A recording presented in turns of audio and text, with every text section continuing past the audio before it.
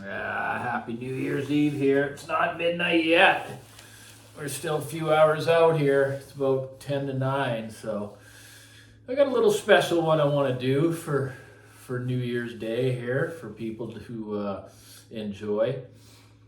And this one's really, really rare, but it's going back to this. I mean, they're even beyond mini. They're the smallest stand mount. Actually, they're not even stand mounts. They're the smallest monitors I've ever seen. And the lighting, this one, I kind of give it like a kind of a Zen feeling here. But so being a fan of Clayton Shaw, who is the designer of spatial audio, I saw these little speakers come up a long, long time ago. I think it was on Craigslist, and I looked at them and I thought, holy crap. Look at those little things. They're about that. They're really, really deep, super thick, super narrow, and just built like tanks. They had like built-in marble bases with these 4 brass spikes underneath because there's 2 3-inch drivers on the bottom of the speaker, 1 3-inch on the top. And it's completely big machined aluminum chassis with stainless steel side panels, and these are the Evett and Shaw, being Clayton Shaw, Elan. Now these were known to be the most expensive desktop speakers. That's what they called them. You'll find some information online about them. The Evett and Shaw Elan, and I think they were almost $3,000 American. These things were just absolutely tiny, and you can see the picture there. And guys, the sound, I mean, I did not get to, they needed a ton of power. I could tell that whatever I was powering with, which was a pretty powerful 50 watts per channel at the time, it wasn't enough. I could tell that they wanted the grip. And of course, and they came in this beautiful, massive aluminum flight suitcase.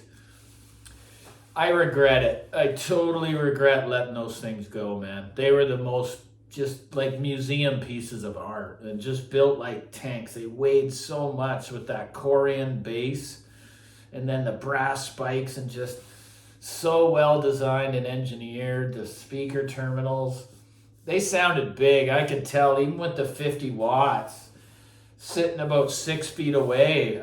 I just envisioned them on a stand, which obviously the spikes are there to allow the speakers room to breathe, the woofers on the bottom.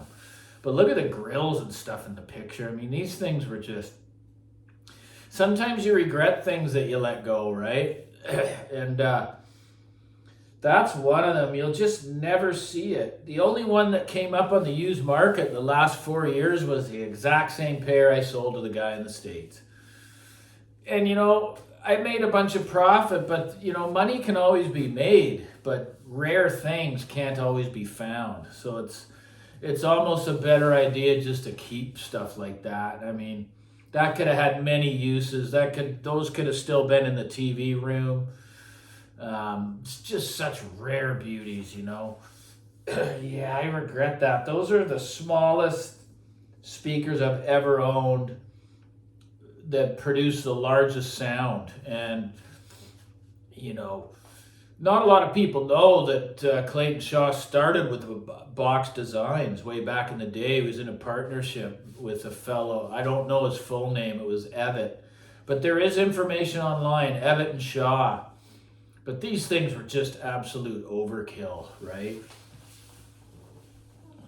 So these are some of the regrets we can have. So just wanted to, it was like a little special edition discussion on a speaker that I feel was really unbelievable and very, very rare. Not many of you will ever see this speaker in person, if ever.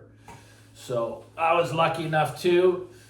I got some pretty special speakers coming up here in my larger Style Mount series. There's going to be 3 or 4 episodes.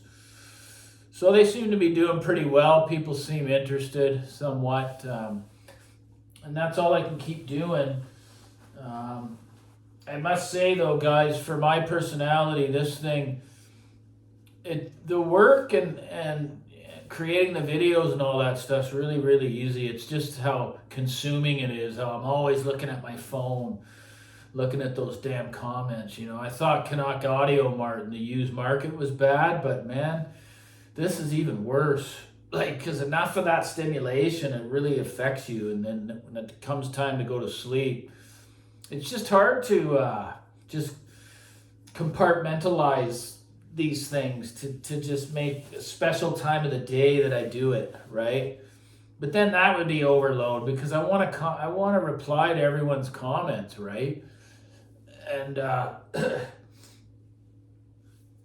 don't know. I just don't know, you know. It's not worth the reward.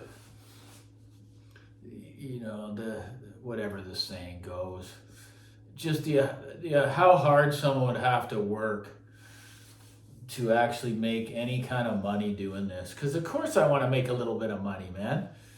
This is knowledge that I've learned over decades. So, you know, if I can teach people things, it should be worth a tiny bit, shouldn't it? I mean, whatever. I think all these videos that I've done and all this, you know, all this time I've spent, which is hours a day, you know, it really is. You never really realize it until you start doing it. But I mean, I'm going to end up with about $250, man, for a month. You know, it's just insane. That's not even a quarter of what I make in a day of pulling weeds, like, or whatever, cutting down trees or trimming hedges. And I'm not even fatigued. I come home feeling great from that. This stuff is just dealing with certain personalities that I got to deal with. And I don't know. We'll see how long I can keep it up for. It's pretty crazy, guys. And you know, YouTube creators should be getting more than they get. That's for sure. I mean, some people, this just seems impossible for them to do. I mean, I don't know why. I just think it's so easy to do. I mean, just to... Like, I mean, to create content. But I can see, you know, a fellow I used to watch the odd time, he had a ton of followers, and this just goes to show you, and I don't think he's passed away, if that's why he's disappeared. But Mark on Hi-Fi is gone, okay? He had many, many, many thousands of followers, right? You know, and I guess he just looked at is this healthy to continue? And, you know, there could be the wife too. It's consuming. So it takes a man to really realize if this is good for him or not, right? It does. And I'm going to know sooner than later. I'm not going to hang on to a sinking ship that just ends up stressing me out, right? Regardless of the knowledge I have to share. So this kind of went a little sideways, this video, but, you know, just like and subscribe. You know, I do my best here for y'all, and it's quite a special speaker. You can see the picture and you can research it, right? Evett and Shaw Elan, the Elan monitor. Take care, guys. Happy New Year, right?